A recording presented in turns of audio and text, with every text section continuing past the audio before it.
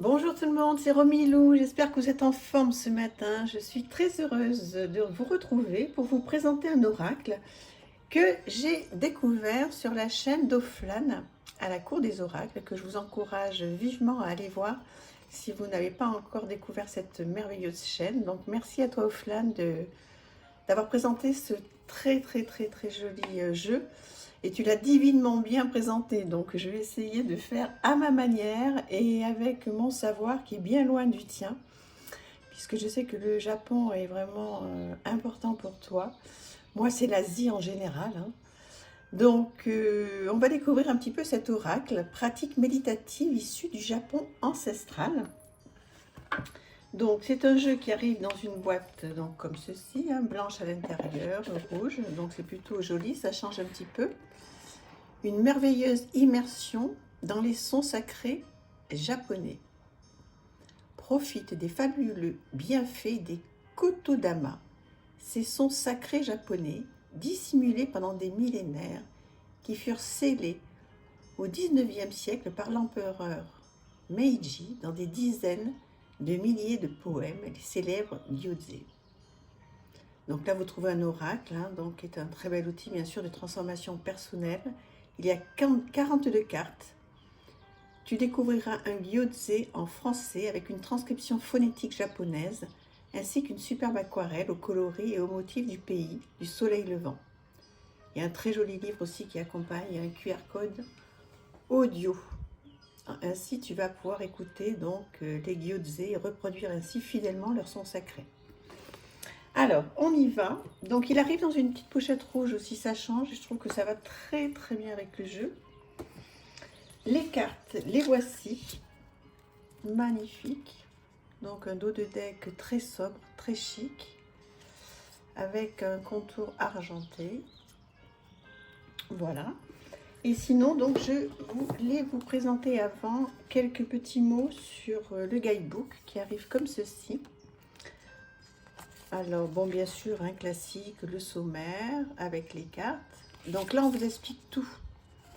Les bienfaits de la pratique de Kotodama, les leçons de vie, les sons sacrés, le Reiki, les gardiens du son, qu'est-ce que les Kotodama, les 5 principes du Reiki, un art réservé aux initiés ou pas, les méthodes de tirage, s'accorder au son, etc.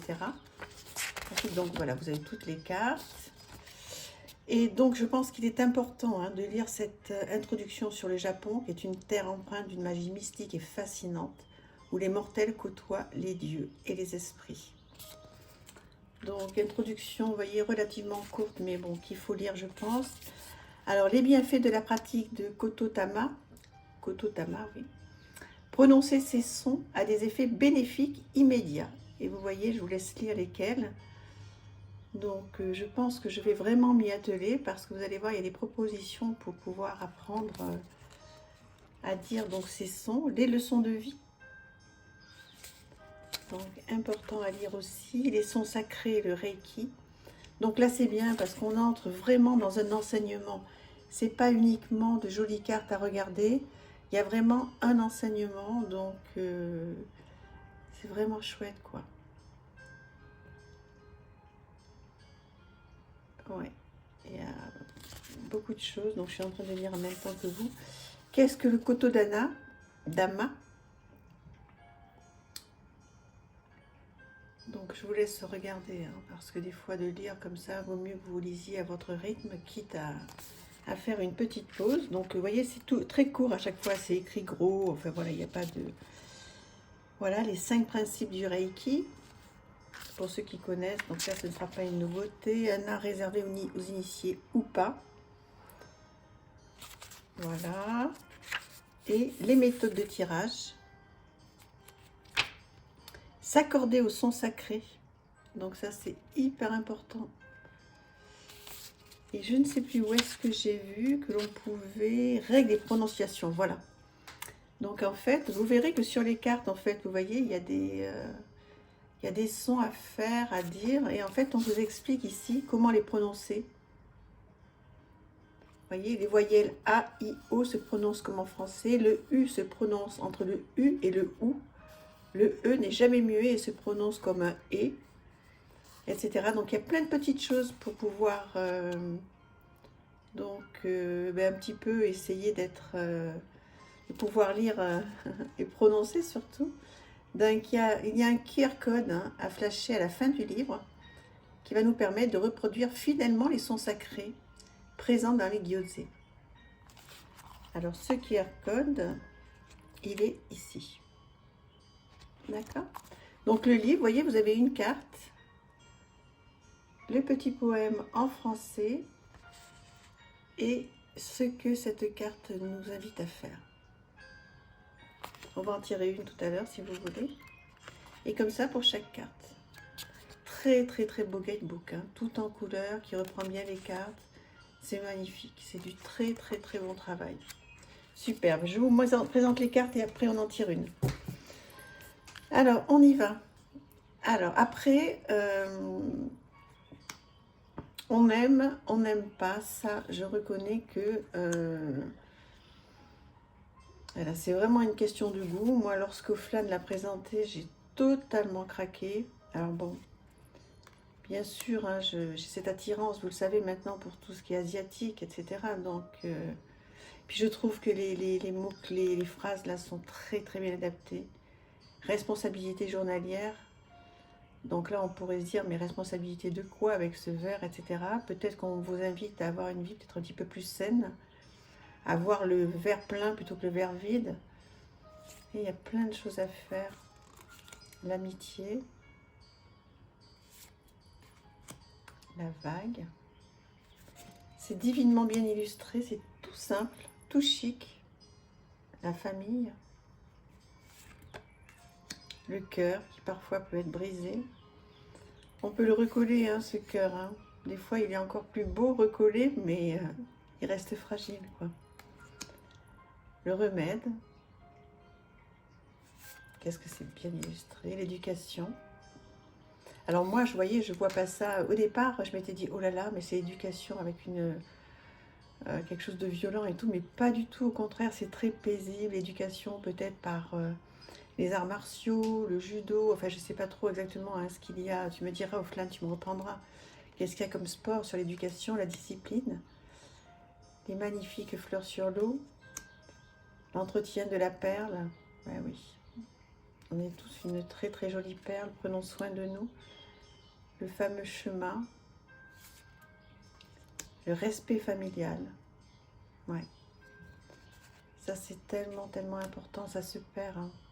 Les mauvaises herbes. Et puis, au milieu des mauvaises herbes, vous voyez, il y a ce très beau, on va dire, coquelicot. Vous voyez, ce côté vert, rouge. Comme quoi, si on enlève les mauvaises herbes, c'est le moment en ce moment hein, de faire le tri dans nos pensées, chez nous, dans notre cœur. Une fois qu'on a enlevé toutes les mauvaises herbes, ben, il reste forcément quelque chose de très très beau. Le diplôme, passé, ça y est. Vous voyez, on passe d'une étape à une autre. L'œillet superbe. La cascade. Voilà, qu'est-ce que c'est joli. Les plantes rampantes. Moi, ça m'apaise, là, vous voyez.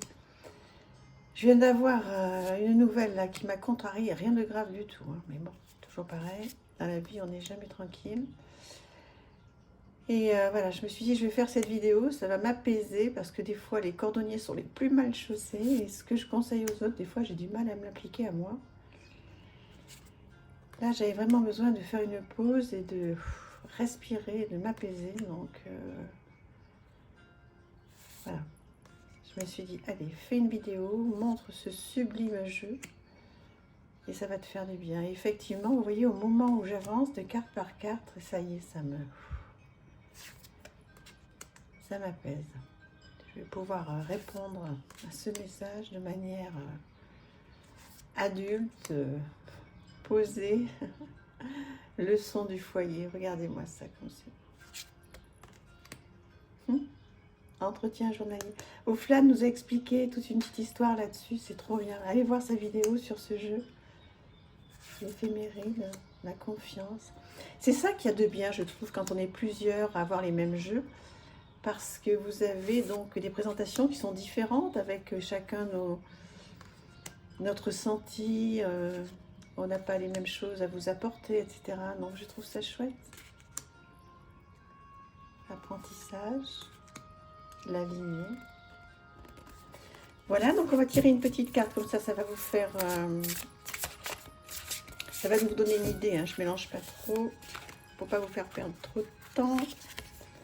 On va aller sur la confiance, la carte numéro 36. Comme ça, vous allez voir un petit peu qu'est-ce que ça dit pour voir si ça vous plaît. Parce que quand on veut se procurer un jeu, c'est quand même mieux. Tous les souhaits ne se réalisent pas.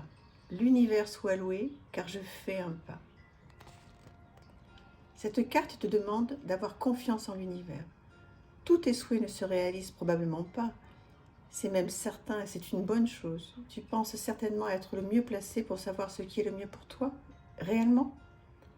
Parfois, tu n'as qu'une vision partielle des faits. Tu peux aussi te confronter dans ce que tu connais, ce qui est agréable pour toi, mais ce n'est pas là ce que tu es venu faire dans cette vie, n'est-ce pas?